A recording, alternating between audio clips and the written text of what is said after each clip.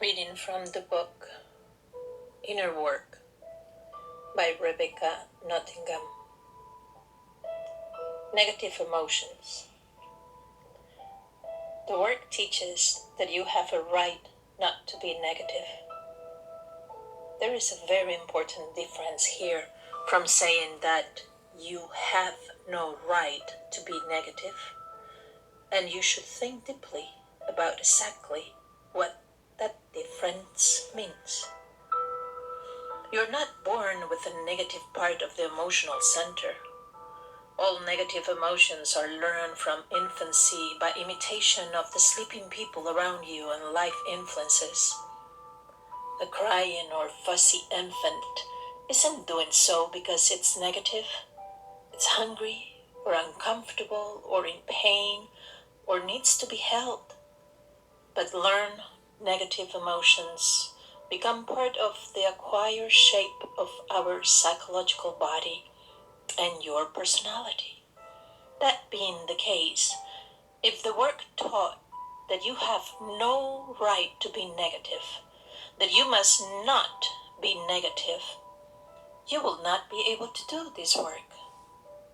It is the sign of a false teaching that insists you take an oath or make a promise about something you cannot do.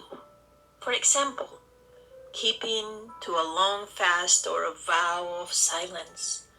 So, in saying that you have a right not to be negative, the work both acknowledges that you are and will be negative, but also that you have a choice in the matter, and that is your natural right. A quote from Maurice Nicoll. A man, an ordinary man, cannot keep a promise under all circumstances because he's not one person, but many persons. One person, one I in him, may promise or even bind itself by an oath, but other eyes in him will know nothing about this. To assume that a man can promise is to assume that he's already one, a unity, that is, a man having only one real, permanent I controlling him, and so only one will. But a man has many eyes and as many different wills. If you still imagine you can do, if you still think you can always remember and keep your aim, then you will make no room for the work in yourself, and the work will not be able to help you. You will not feel your inner helplessness. If you begin to feel your inner helplessness in a right way, you will feel the need of the work to help you. How can the work help you? It can help you only if you begin to obey it. End of quote of Maurice Nicoll. The emotional center functions with faster energy than the other centers, 30,000 times faster than the ordinary functioning of the intellectual center. It's a higher vibration of energy, and so it has more intensity and speed than the other centers, and it burns through energy faster. This makes it harder to observe and separate from, but easier to recognize by taste and strength. Negative emotions in particular have a unique power over you. Their force, which comes from the speed of the emotional center combined with the power of identification, seems to be perceived as some form of strength, which accounts for the fact that people like them so much. People feel strong because they're not as strong.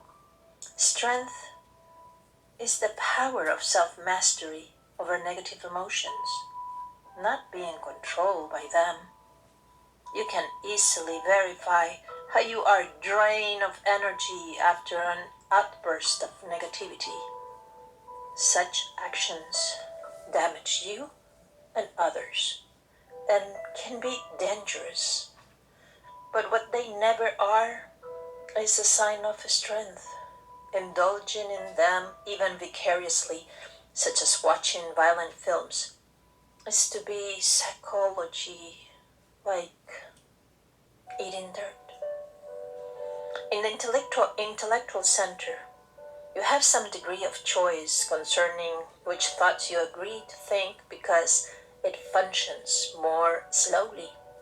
You have the time for choosing which thoughts to go with and some time to disembark from a train of thought you mechanically went with. The moving instinctive center, which functions at the most mechanical level, can be taught to some extent, as in catching a ball, but its speed is still far slower than the emotional center. Just try to catch an emotional reaction before you are identified with it, or are able to stop it or separate from it. This is especially true if it is a negative emotion. There is nothing so difficult to give up as negative emotions, regardless of the fact that they make us suffer. Once again, just try to differentiate yourself from your anger or hurt feelings or fear. You are angry or hurt or afraid or any other negative state you may be in. You have no perception other than that you and your state are one. This means you are identified with your state, and all possibilities for change have stopped. We are all held captive to identification by emotions and especially by negative emotions. They are the glue that sticks the feeling of I to the object of identification. Then we cannot see that the way out is above us. One of the easiest things to observe in yourself is negativity. Negative emotions have a certain quality of force and a discernible inner taste. For instance, it's hard not to notice when you're angry, if you're trying to follow the work and practice self-observation. In any case, the work definition of negativity is far more extensive than the ordinary understanding of it.